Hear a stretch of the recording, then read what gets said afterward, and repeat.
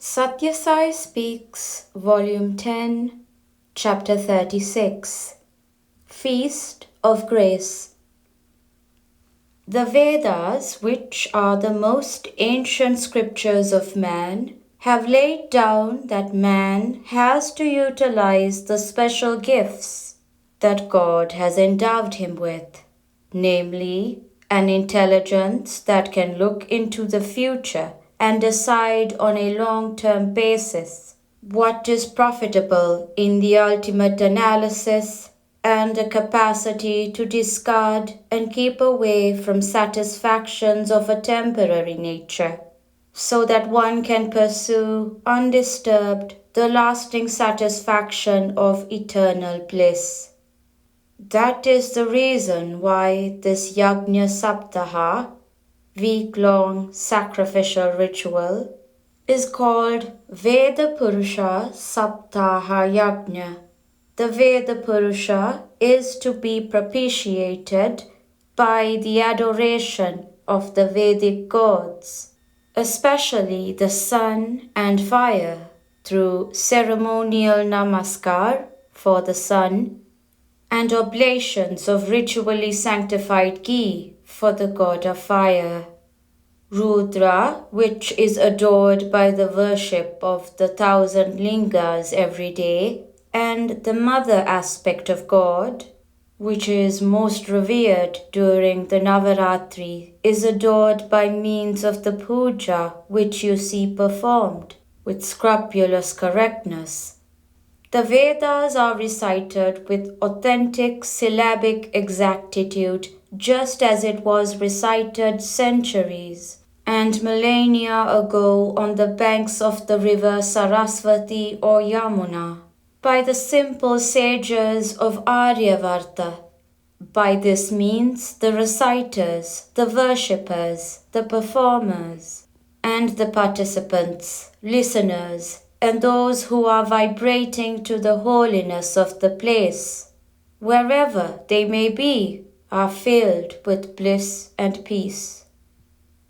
Yajna maintains order of the universe. Yajna means sacrifice. The mantras emphasize this. The ritual symbolizes this. The namaskar, prostration, is but the physical act which highlights this. Indeed, all life is a sacrifice of a portion of one's span of life every day to the sun, of a portion of one's time and strength and attention to someone or thing every moment. There can be no progress without yajna, sacrifice. Yajna maintains the order of the universe. Sacrifice pleases the gods send rain, the rain feeds the crops yield harvest, the harvest strengthens the limbs and widens the outlook.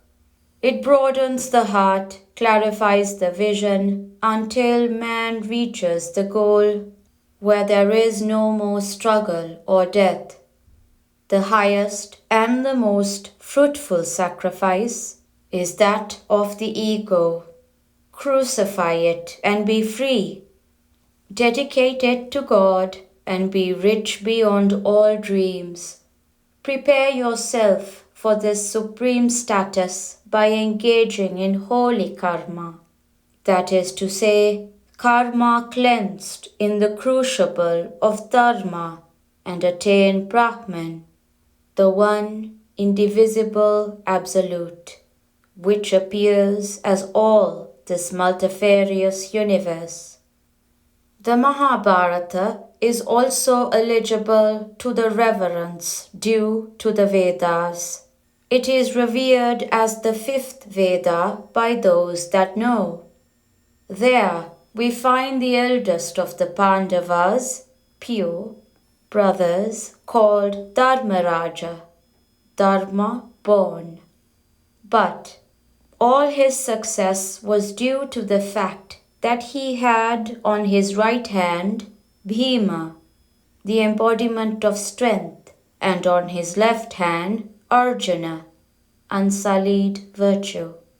The strength that comes from the mastery of the senses and the fortitude and equanimity won through the conquest over impulses, emotions, and passions are both valuable reinforcements for Dharma to scale the bastions of Brahman. 5 steps in the path of dedicated living. The Vedas have prescribed 5 steps to enable the individual to cultivate the spirit of yajna. Deva yajna, adoring God in the domestic altar. Pitru yajna, keeping in mind the debt one owes to the parents who endowed this body and fed the lamp of life.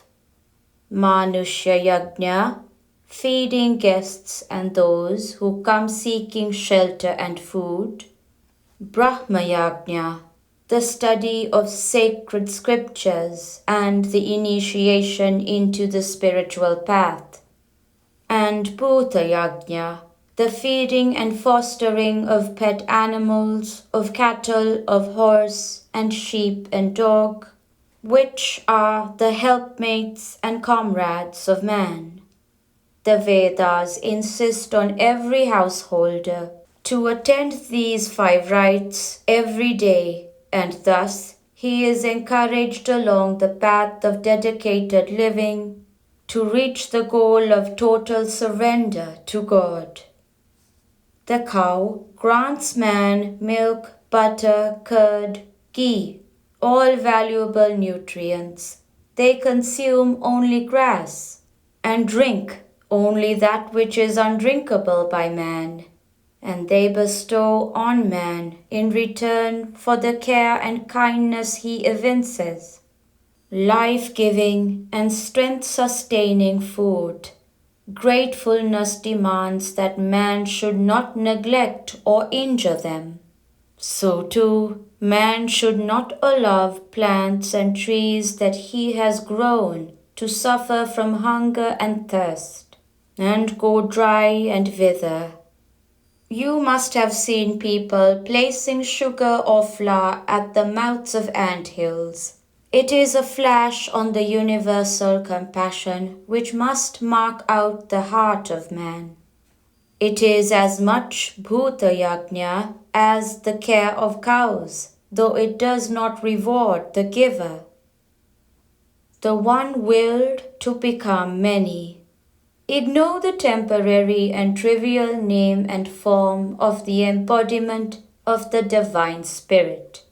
Then all distinctions of worm and wolf, of atom and avatar disappear, and the knowledge that basic truth is one is realized. Creation or manifestation or the outburst of blossoming, expansion started, as the Upanishads say, when the One willed. Ekoham bahusyam, I am one, let me become many. So it is the One that is all this. It is the integer, I, that fills the zeros after it with value and validity. The realization of the function of the I and the ignoring of all the zeros that come after it is the end and aim of human endeavor when the mind is unruffled and the intelligence is sharpened. This realization will take place without further effort. Through the sadhana of seva, discipline of selfless service, it is possible to cognize the One of which the many are appearances. He who serves a master with his eye on the pay packet cannot be called a sevak. He is the servant of the pay packet. That type of service will only bind him to the profit or loss that it entails, and bring about disappointment or elation.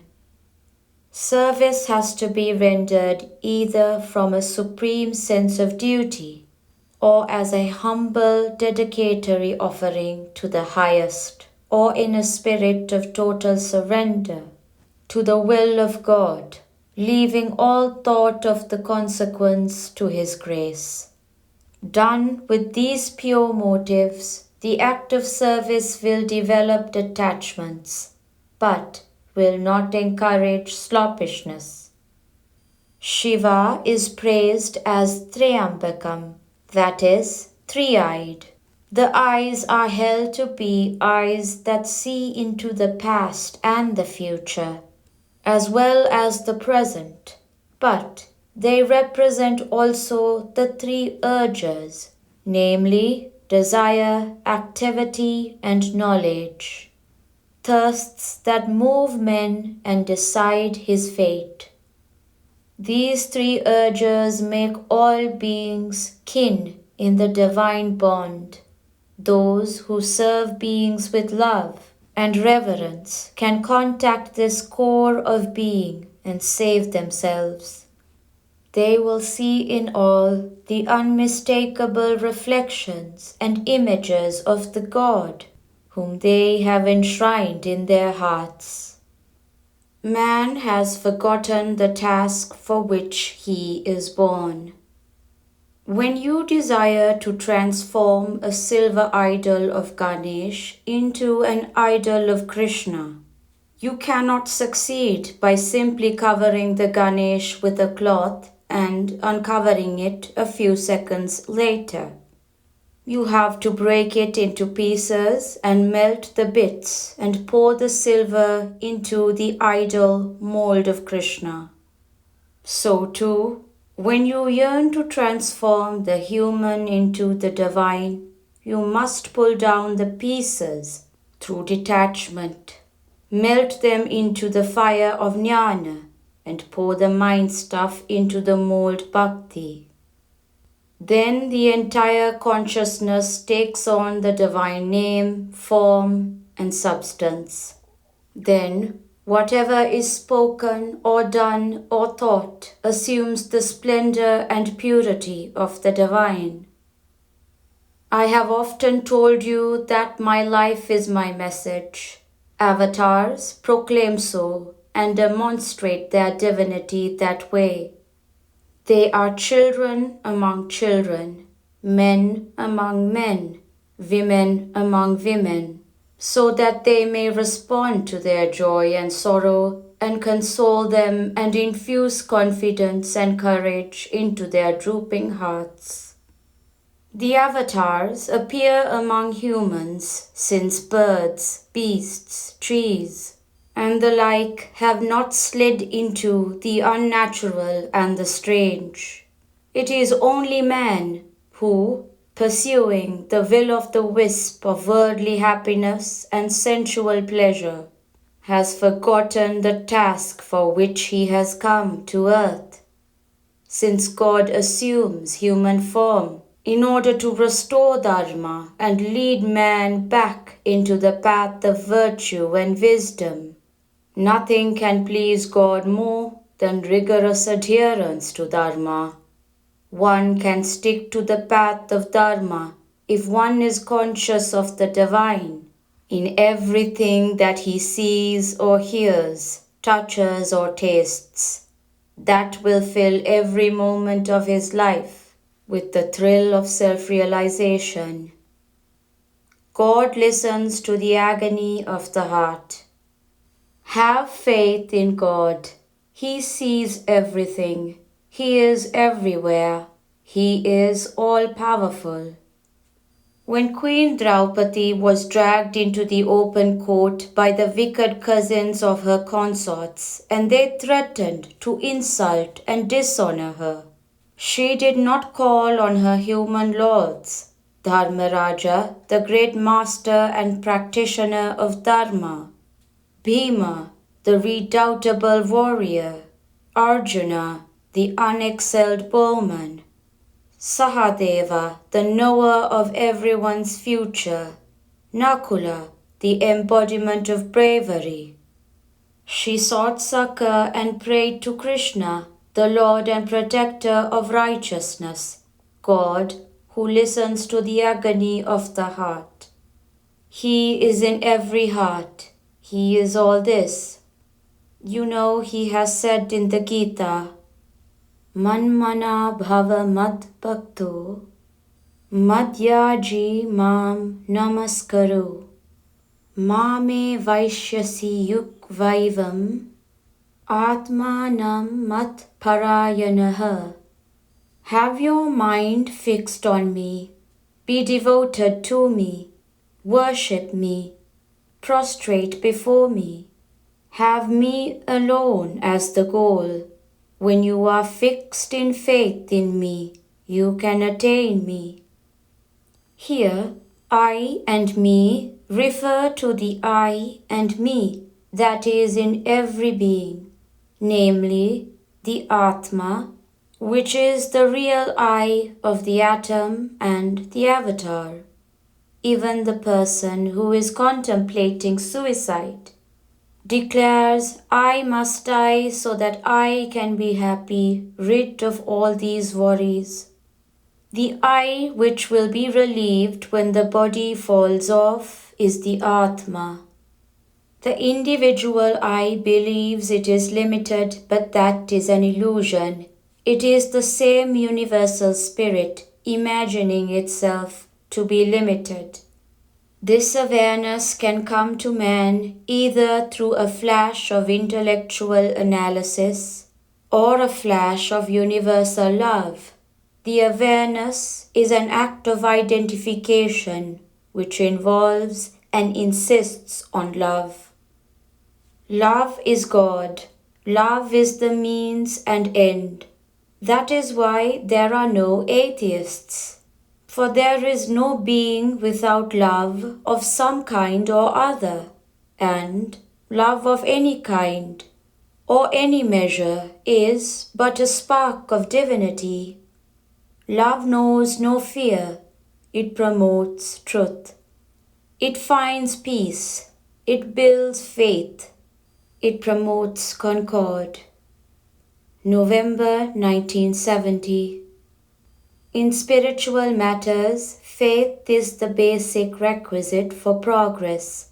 That faith has to be guarded carefully. Yield to the Lord, who is more kin to you than your own parents. Yield to no other.